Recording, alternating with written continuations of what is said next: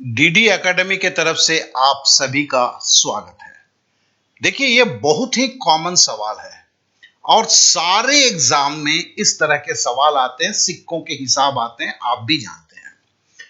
अब इसके किताब में बड़े लंबे चौड़े करके होते हैं और लंबे चौड़े चीज क्या होते हैं, एक तो हमें याद नहीं रहता है, एग्जाम हॉल में वक्त भी लगते हैं।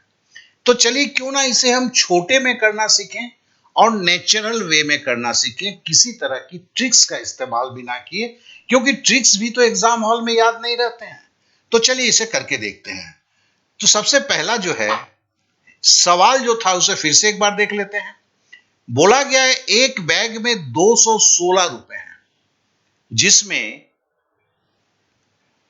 2:3:4 के अनुपात में 1 रुपया, मतलब उस बैग में 1 रुपए का सिक्का 2 है, 50 पैसे के सिक्के 3 हैं और 25 पैसे के सिक्के 4 हैं। तो फिर आप कितना लिखेंगे? क्या है कि आपको तो 5 सेकंड में करना है, नहीं तो बहुत ज्यादा होगा तो 10 सेकंड में करेंगे, धीरे भी करते हैं। तो आप कितना लिखेंगे?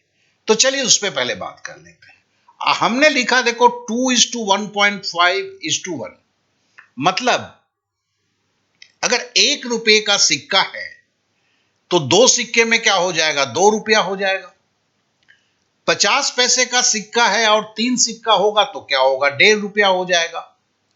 25 पैसे का अगर सिक्का है और 4 सिक्का है तो क्या होगा? 1 रुपया हो जाएगा।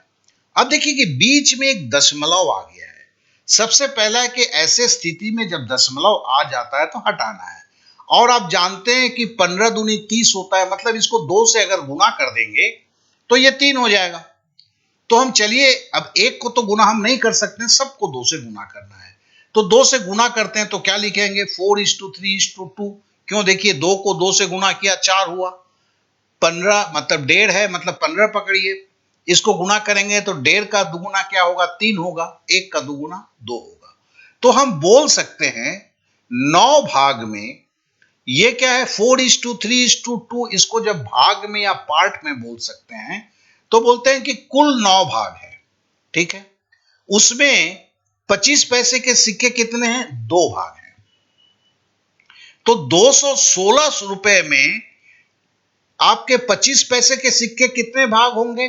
तो गुना 216 कर दिया। अब इसे काटेंगे तो देखिए 9 दूनी 18 और 3 बचा 36, 4 नामा 36, मतलब हम ये बोल सकते हैं 216 रुपए में 24 भाग जो है 25 पैसे के सिक्के हैं। लेकिन हमारा तो है एक भाग जो है वो क्या है? 2 रुपए का था, 2 भाग था ना, और एक भाग में 4 सिक्के होते थे। तो हम इसको जब लिखेंगे तो क्या करेंगे?